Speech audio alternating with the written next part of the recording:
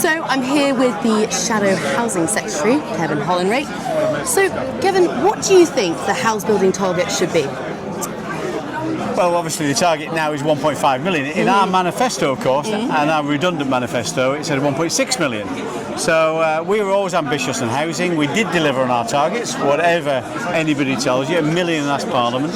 But we also said we should step up to 300,000 a year, which is back to 1.5 million. So we're broadly aligned in terms of building more homes. I do think there should be a reduction in immigration bonus, if I can say that. So if we can control migration, as we should be doing, then you could argue for a slightly lower target based on the fact that there'll be a reduction in household formations. But at the end of the day, we need to build more homes to give more people the opportunity of getting onto the housing ladder, solving the problems with affordability problems in terms of like people on lower incomes, all those kind of things. So we are broadly supportive. So is that 300,000 new homes a year? That's 1.5 million divided by 5 in terms of That's what you want. That's it. Yeah. Do you think Kemi's a little too timid on housing policy at the moment?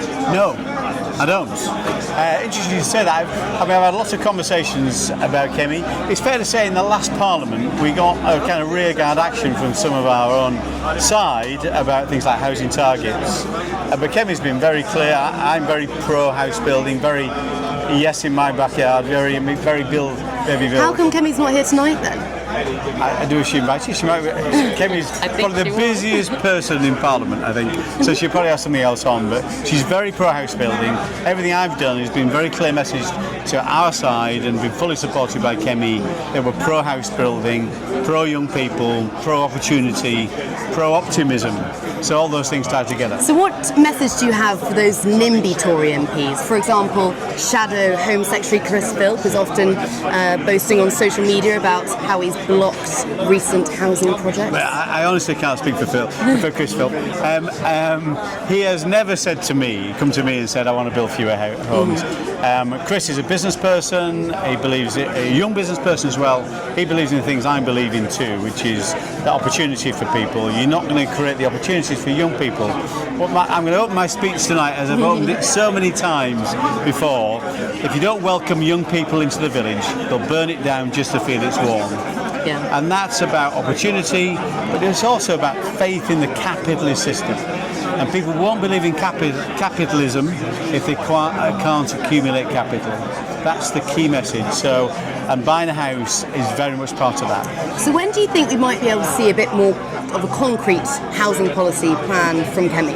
I know she has spoken to a few people from the Conservative YIMBYs, but actually there hasn't been any official housing targets or policies to slash planning regulation yet. When do you think we might be able to see that? That's what we're working on right now. What Kemi's taken the decision to do is to make sure we work out our policies before we announce them. I think that's right. We're in the weeds of working out our planning policies. Some exciting stuff coming forward. Working with Onward, who you know are very pro house building, Simon Clark of course. So we've got some really good ideas how we accelerate planning and build more homes and get more SMEs building and more incentives for first-time buyers. Because one thing, you can't solve the problems of the housing market purely by the supply side alone. You've got to solve some of the demand side problems as well, because the supply and demand equation is so far at kilter. If we just relied on supply side alone, those people who want to buy a house will be left out in the cold for a long time. So all those things have been worked on. In terms of when, I think you'll probably see announcements at the conference in terms of ambition, in terms of some of the changes we want to make.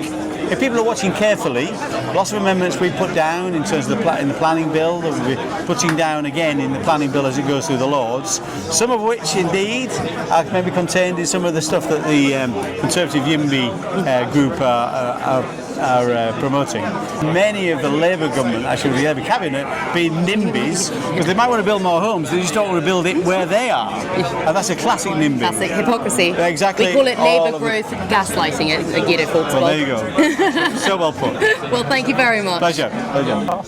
Is there a worry for the Tories if they go to YIMBY? It's a bit of a political sacrifice because there will always be a NIMBY party.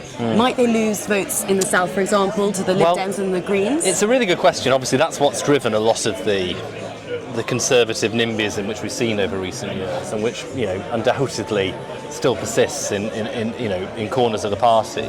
But you can't out-NIMBY the Lib Dems. That's my general view, right? If you want to engage in that kind of race to the bottom, you'll lose. But critically, in losing, you'll kill your future pipeline of voters. And this is my real point, that whatever short-term calculation you might try and make, if we, as people on the centre-right, don't talk about opportunity and don't walk the walk on that, then the next generation of Tories won't exist. And at the moment, frankly, they don't.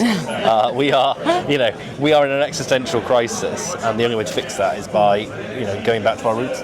So I know that your group is focused on teaching the Tories how to be more YIMBY. But if Reform and Nigel Farage came to you and said, "We're actually interested in your ideas," would you be willing to help them? Well, praise be, right? Would you shape their housing policy for them if they asked? We want to make sure that people, across the political spectrum, get into the space of let's actually fix this problem. So, if Reform wants to talk, if Labour wants to talk, if the Lib Dems want to talk, we are in the market for helping. We're a centre-right think tank, and everyone knows where our allegiance lies, but we're not exclusive in our approach, and we do want, obviously, in the end, to change the country for the better.